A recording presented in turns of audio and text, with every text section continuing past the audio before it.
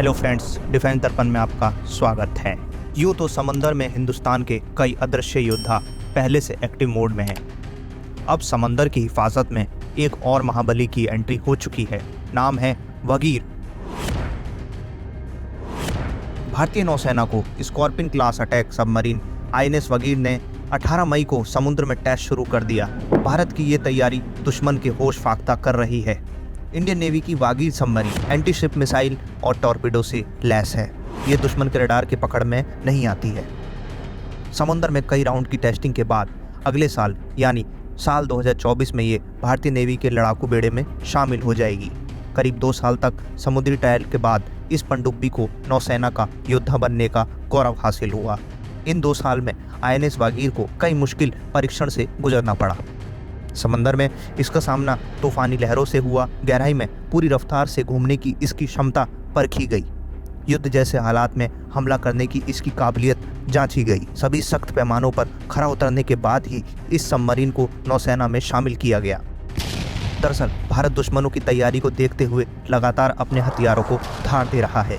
भारत जानता है कि उसके पड़ोस में 2 ऐसे देश हैं जो साजिशों का ताना बाना बुनने से कभी बाज नहीं आ सकते। लिहाजा तीनों सेना की तरकश में एक से बढ़कर एक हथियार सौंपे जा रहे हैं। प्रोजेक्ट 75 के तहत स्कॉर्पियन डिजाइन की कुल 6 स्वदेशी पनडुब्बियां बनाई जानी हैं। इसमें से 5 पनडुब्बियां नौसेना की शान बढ़ा रही हैं। वहीं प्रोजेक्ट 75 की आखिरी पनडुब्बी आईएनएस वागीर भी बनकर तैयार हो गई है। इस सबमरीन को पहले सी ट्रायल के लिए उतारा गया है। कलवरी क्लास की ये diesel electronic submarine make in India और आत्मनिर्भर भारत की मिसाल है। प्रोजेक्ट 75 के तहत तैयार छठी पनडुब्बी वागीर मिनटों में दुश्मन की जल समाधि तैयार करने की ताकत रखती है। यूँ कहें, हिंदुस्तान की सरहद में बिना इजाज़त कदम रखना प्रलय को न्योता दे सकता है। वागीर पनडुब्बी टॉर्पीडो और एंटी शिप मिसाइलों से हमला कर सकती है। वागीर 6500 नॉटिकल माइल्स यानी करीब 12,000 किलोमीटर का रास्ता तय कर सकती है। ये सबमरीन 350 मीटर तक की गहराई में भी जाकर दुश्मन का पता लगा सकती है। इसके टॉप स्पीड की बात करें तो ये 22 नॉट्स यानी करीब 40 किलोमीटर प्रति घंटा है। वागीर सबमरीन लगातार 50 दिनों तक पानी के अंदर रह सकती है। वागीर सबमरीन में करीब 40 क्रू एक साथ काम कर सकते हैं। इसमें करीब 9-10 ऑफिसर होते हैं।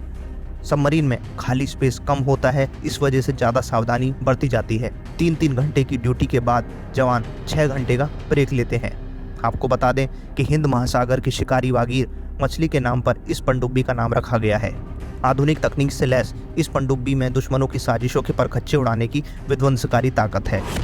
भारत की ये सबमरीन पनडुब्बी रोधी युद्ध में कारगर मानी जाती है। वागीर ट्यूब से लॉन्च की जाने वाली पोतरोधी मिसाइलों को पानी के अंदर और सतह से छोड़ सकती है। इसमें 533 mm के 6 टॉर्पीडो ट्यूब हैं। इनसे 18 टॉर्पीडो मिसाइल लोड की जा सकती है। समुद्र में बारूदी सुरंग बिछाने और इलाके में निगरानी करने में भी ये सक्षम है।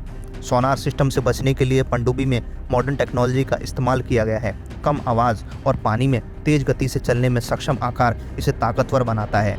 MDL के मुताबिक पानी के भीतर दुश्मन से छिपने की क्षमता इसकी खासियत है, जो दूसरी पनडुब्बियों के मुकाबले इसे ताकतवर बनाती है। और भी इसी तरह की खबरों के लिए और अपडेट्स के लिए चैनल को लाइक कीजिए और शेयर कीजिए, सब्सक्राइब कीजिए, जिससे कोई भी अपडेट आप मिस ना कर पाएँ। धन्यवाद।